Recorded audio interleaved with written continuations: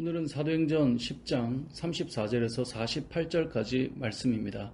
먼저 하나님의 말씀을 읽겠습니다.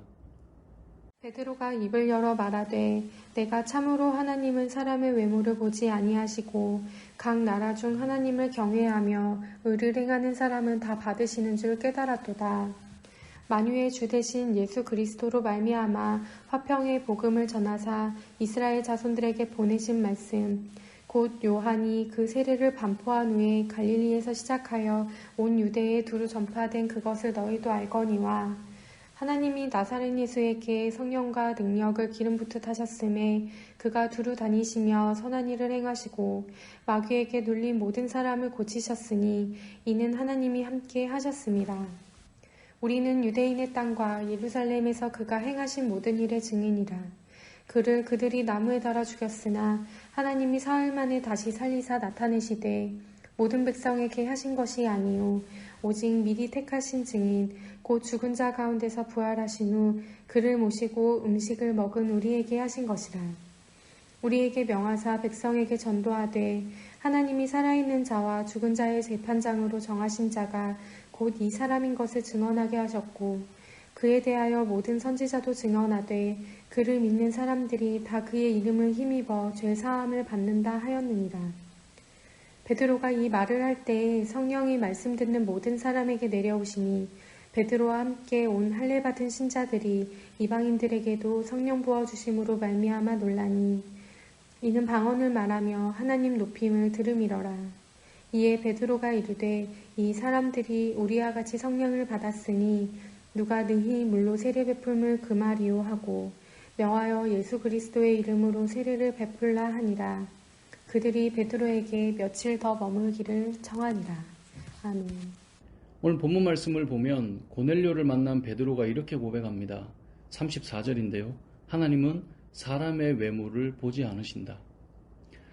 여기서 외모라고 하는 것은 얼마나 잘생겼는지, 얼마나 보기 좋은지, 얼마나 외적인 것을 잘 갖추었는지를 말하는 것은 아니고요.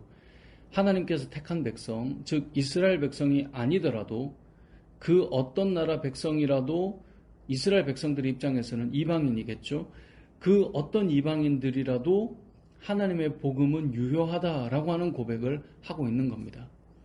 이스라엘 백성들의 선민의식은 대단했습니다.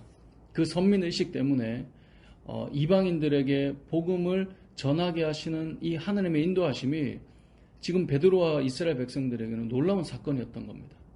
이 놀라움 속에서 베드로는 예수 그리스도를 증거하고 있는 것입니다.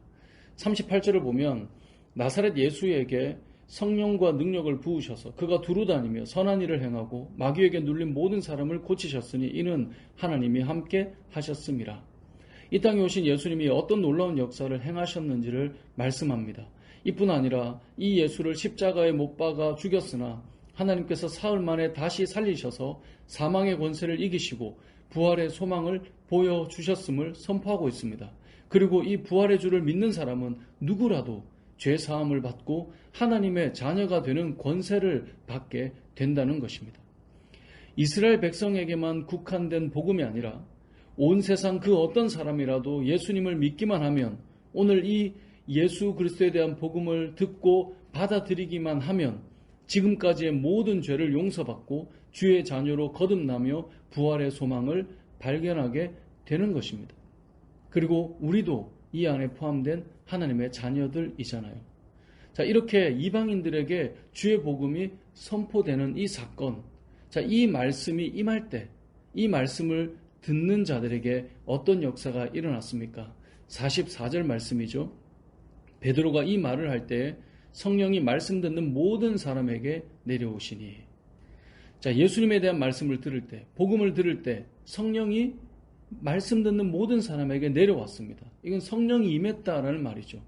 이 말을 다시 말해보면 복음이 전해질 때 성령이 역사하고 있음을 오늘 본문은 우리에게 알려주고 있는 것입니다. 고넬료와 함께 모인 자들에게 성령이 임하였던 것이죠. 어떻게 해요? 그들에게 복음이 전해질 때 성령이 임하고 있었다는 것입니다. 오늘 말씀을 듣는 저와 여러분이 바로 이 고넬료 사건과 같은 산 증인 아닙니까? 저와 여러분이 말씀을 들을 때 여러분을 위해 이 땅에 오셔서 십자가에 못 박혀 피 흘려 죽으신 예수님께서 그의 죽으심으로 우리의 죄를 대속하신 은혜의 사건을 우리가 들을 때 성령께서 우리에게 임하셔서 우리가 죄인임을 고백하게 하셨고 우리가 하나님을 믿고 살아가도록 역사하셨잖아요. 성령이 임하셨고 믿음이 시작되었고 세례를 받았던 사건이 우리에게도 일어나지 않았습니까? 복음을 듣는 자들은 성령이 임하는 사건을 경험하게 됩니다. 누구든지 경험하게 됩니다. 하나님의 말씀을 듣는 사람에게는 성령이 임하는 경험을 다 하게 되는 것입니다. 이 말을 바꿔 생각해 보면 복음을 전하는 현장에는 반드시 성령의 역사가 일어납니다. 복음이 증거될 때 성령이 그 시간 그 자리에 임하는 것입니다. 이러한 복음의 역사를 경험했던 사도 바울이 그래서 이렇게 고백했던 것입니다. 내가 복음을 부끄러워하지 아니하노니 이 복음은 모든 믿는 자에게 구원을 주시는 하나님의 능력이 됨이라. 아멘. 바울은 복음을 부끄러워하지 않았습니다. 우리는 전도할 때 복음을 전할 때 때로는 부끄러워하기도 하고 불편해하기도 합니다. 하지만 바울은 부끄러워하지 않았습니다. 왜요? 이 복음이 그 복음을 듣는 자에게 구원을 주시는 하나님의 능력으로 나타났음을 늘 경험했기 때문입니다. 사랑하는 성도 여러분, 말씀이 증거되는 곳에는 성령이 임하게 됩니다. 말씀을 전하는 자가 능력이 있다는 것이 아니라 복음 그 자체가 능력이며 말씀 그 자체가 능력인 것입니다. 그것이 우리가 경험한 복음이고 그것이 우리가 전하는 복음인 것입니다. 하나님은 외모를 보지 않으십니다. 하나님은 누구든지 말씀이 있는 곳에는 역사가 일어나도록 인도해 가십니다.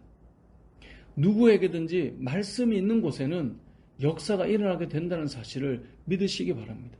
누구에게나 역사하는 복음입니다. 고넬료에게 복음을 전하는 베드로처럼 복음을 전하는 여러분의 삶이 되어서 여러분이 전하는 그 복음 가운데 성령의 역사하심을 경험하는 전도자의 삶이 되시길 주님의 이름으로 축복합니다. 아멘.